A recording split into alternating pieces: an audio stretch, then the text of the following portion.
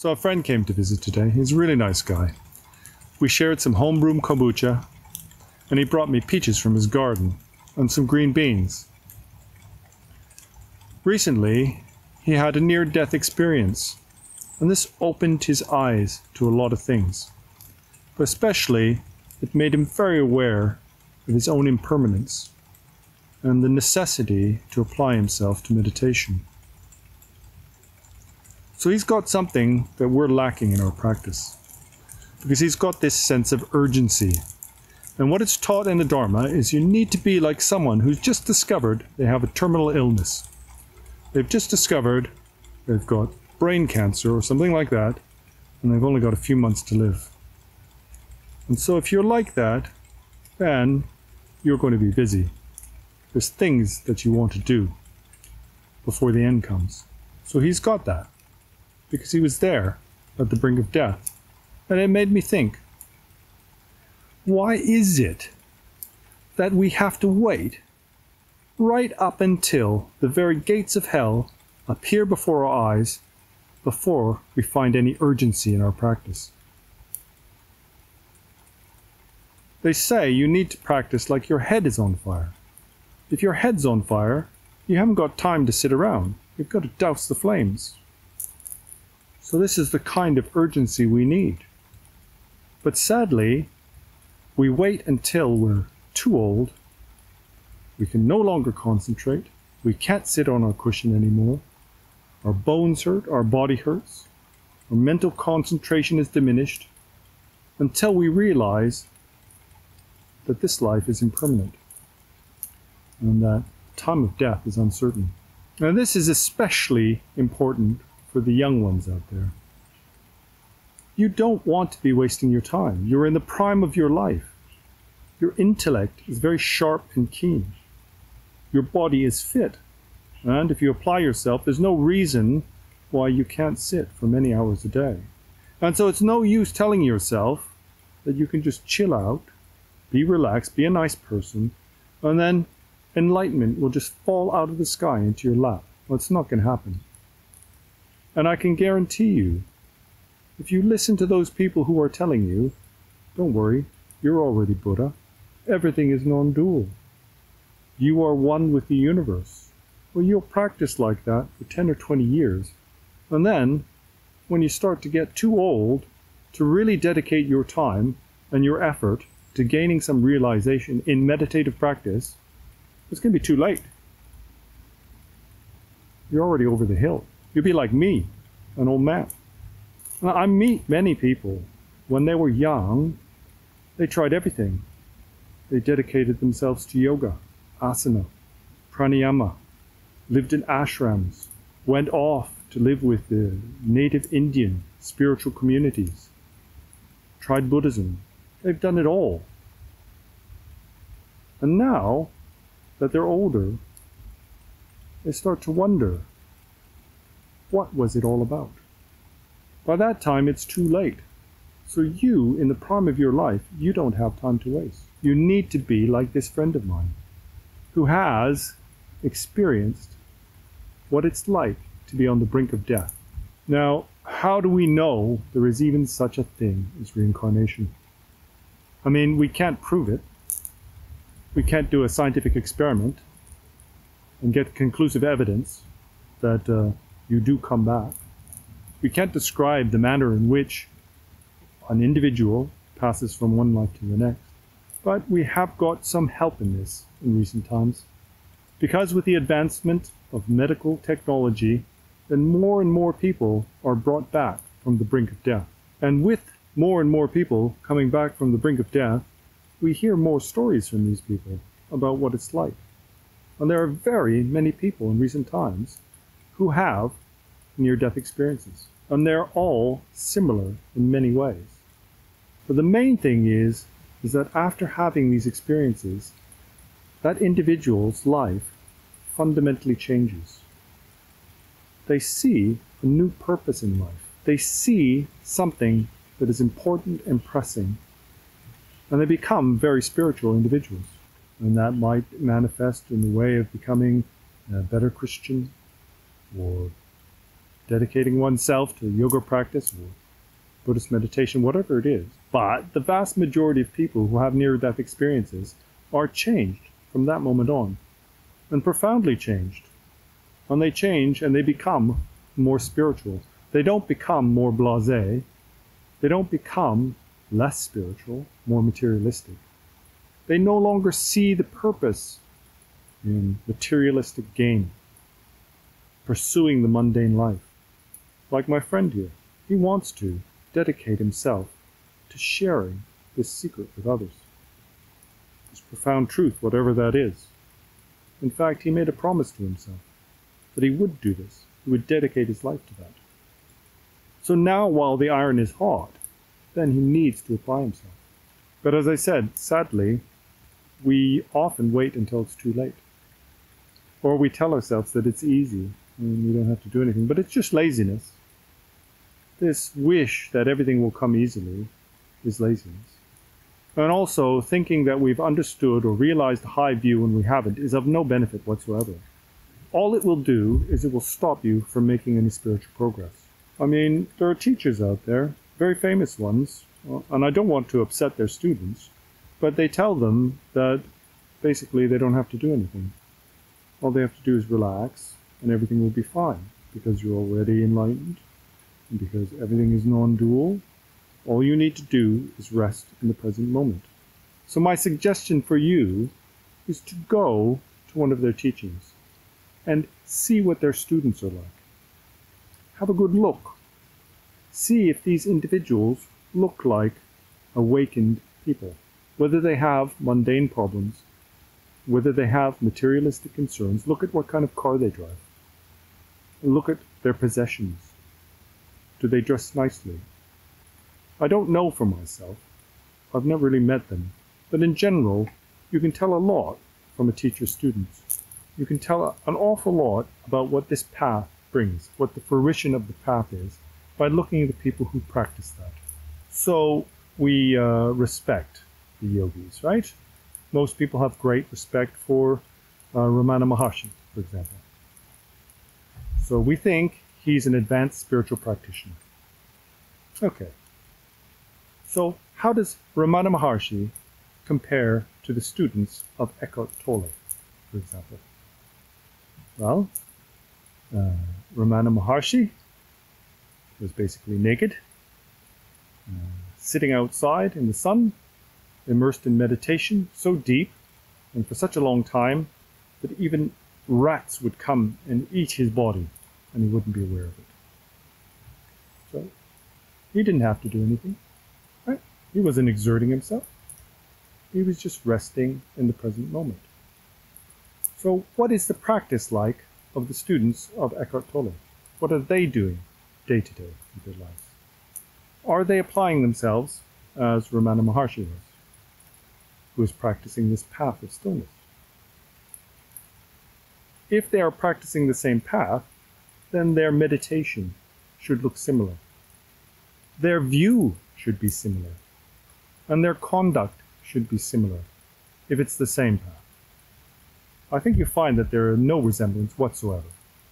If you compare the students of Eckhart Tolle with Ramana Maharshi, and you'll see that there's no similarity whatsoever.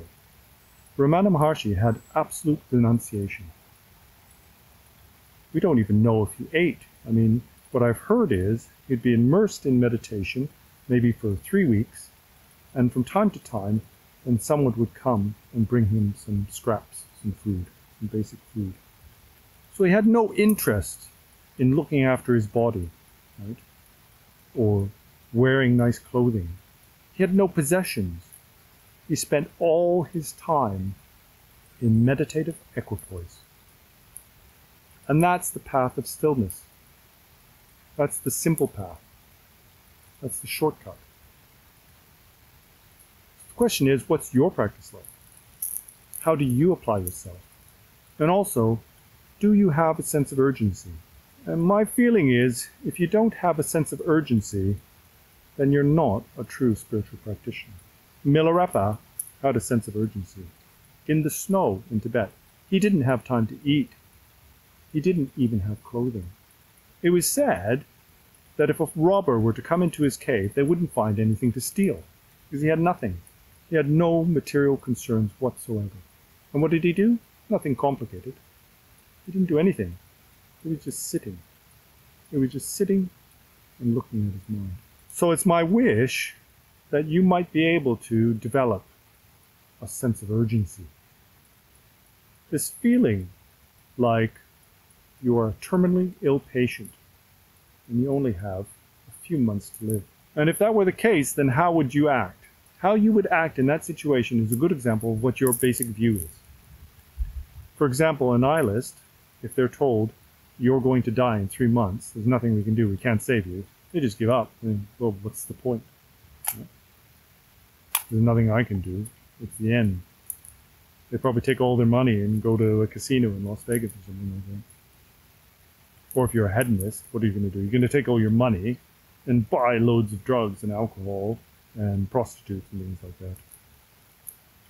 But that's not what a spiritual practitioner is going to do. If a spiritual practitioner finds out they've only got 3 months to live, then the first thing on their mind is, when death comes, am I ready?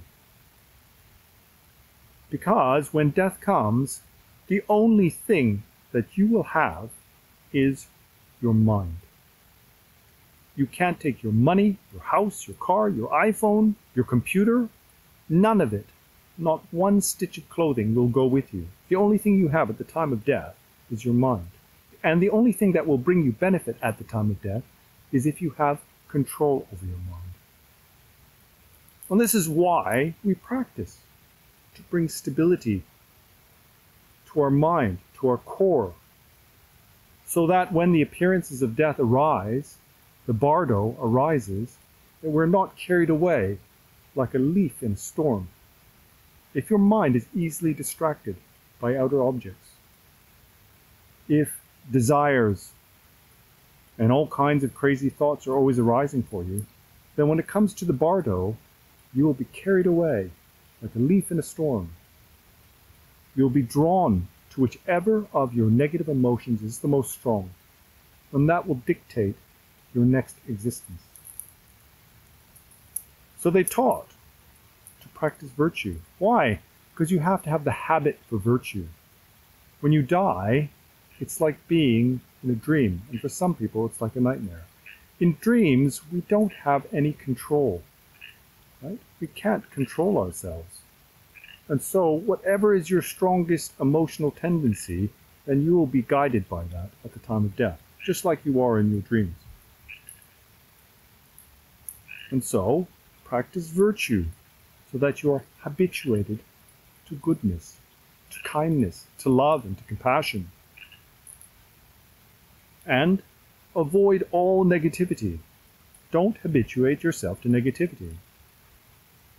Laziness, anger, jealousy, avarice, being desirous towards things.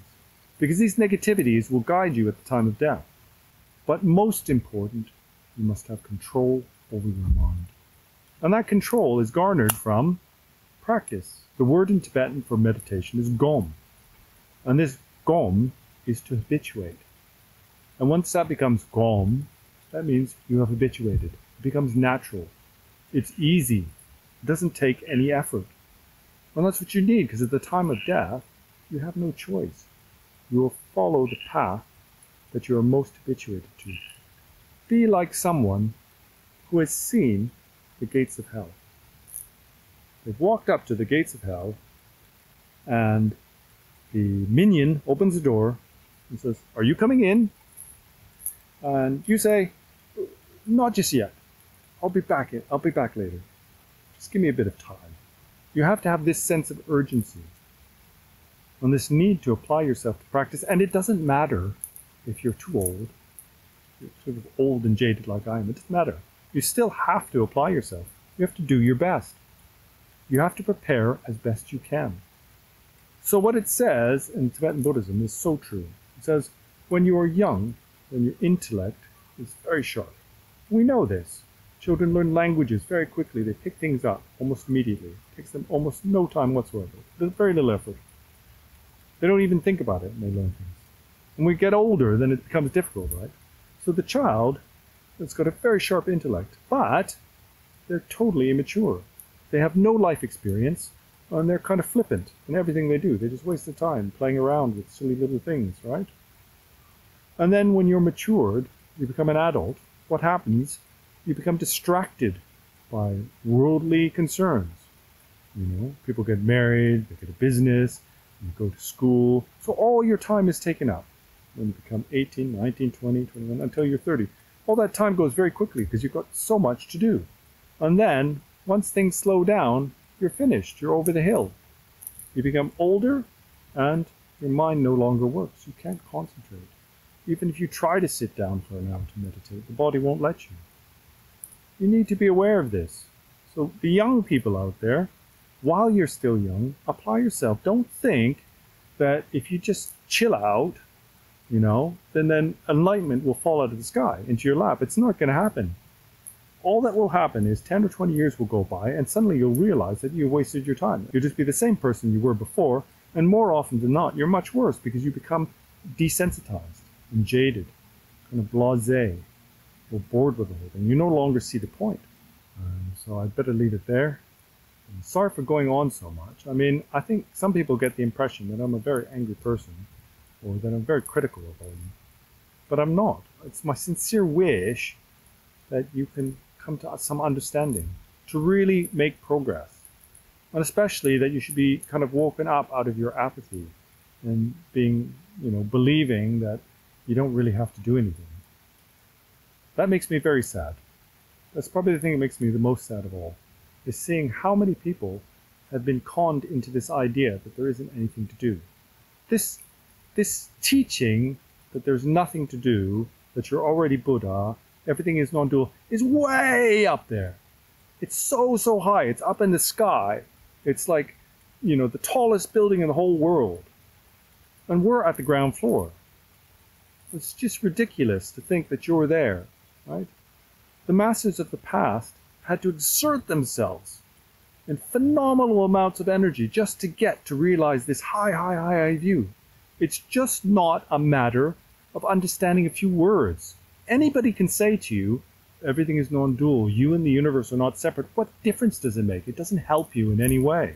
And it's a waste of your time to convince yourself that you've realized this level of view. Somebody who has realized non-duality doesn't experience any suffering, physical or mental, right? Physical and mental suffering are a purely dualistic interaction with the self and the environment. There's no point telling yourself, I don't exist, and then, you know, what are you going to do? When you walk across the street, are you just going to walk out into traffic because you don't exist? No, you won't. You're going to look both ways because you do very much exist. You believe in yourself. From the morning until night, in your dreams, you have a sense of self, and it's very real and visceral to you. Don't kid yourself on. You have not realized no self. Somebody who has realized no self does not experience suffering. But sadly, we don't get the point until it's too late. We waste all our time with concepts and ideas. All this time we should be spending actually developing meditative equipoise. We spend our time worrying about all these highfalutin ideas that we don't understand. When I hear people talk about non-duality, etc., then it's very clear that they don't understand what it means.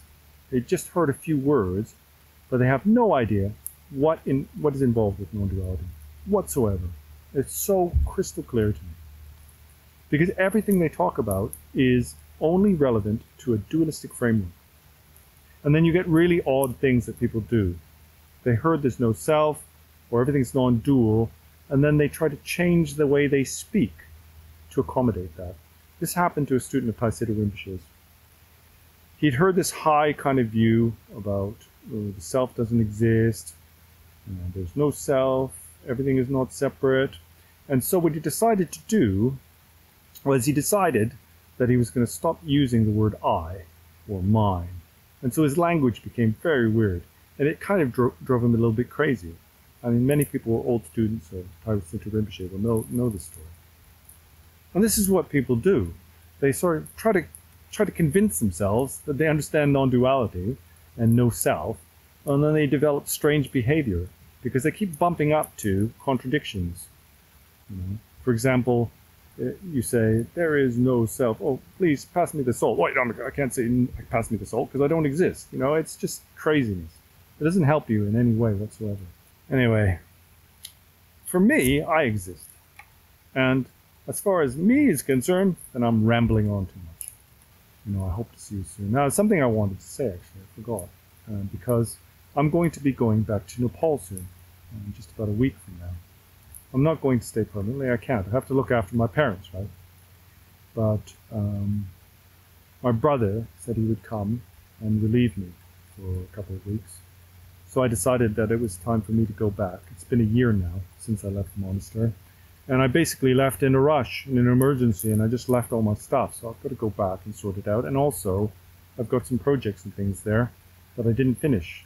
And I feel really bad about that. So I told my Lama, I'll come back. And then I'll just try to work day and night and get a few things finished. And then I'll try to collect up my books, this sort of thing, my ritual instruments and all this stuff. And also clothes. I mean, I only have one set of robes. So I need to get all that stuff sorted out. And I can't buy robes in Canada, right? I have to make them myself. Anyway, it's going to be quite interesting. And I'm going to try to post some videos when I'm traveling in Kathmandu. I'm going to post a video from the stupa there. It's really an amazing place. I've got something to say at the Buddha-Nath stupa. And so I look forward to seeing you then. And hopefully I'll have some time to do a few more videos before I go. I really thank you for spending your time to listen to me. I mean, otherwise, I'm just talking to myself. And also, I have this kind of hope that something I might say might trigger something in you, right? You might be triggered by something I say in a positive way. I mean, I don't mean get upset. I mean, I might trigger you in a way that you think, oh yes, I really need to apply myself. And that would make me so happy. Because, you know, I've been around for a while. And I've seen a lot of people waste their time. And I've seen what happens to them when they engage in the spiritual path and it kind of goes wrong. There's a lot of that. Some people go crazy. But the most common thing that happens is people become very kind of like bored with everything. They become blasé. They become jaded, desensitized. It's sort of like they still identify themselves as a spiritual practitioner, but they don't believe in anything. They're like, well, I tried that. I did 1,000,000 prostrations. I lived in a cave. Nothing ever happened. This doesn't work. But they still kind of identify as Buddhist or Hindu yogi. But for them, it's finished. The whole thing was meaningless.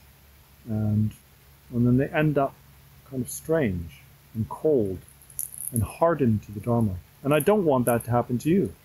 I want you to find some enthusiasm. I want you to discover something that you haven't seen before, and that gives you kind of hope and inspiration. Seeing this friend of mine today kind of inspired me. It made me realize that I don't have enough urgency in my own practice. So, having said that, then I should go and do a bit of meditation tonight before the sun goes down. And so, anyway, thank you very much, and see you again next time.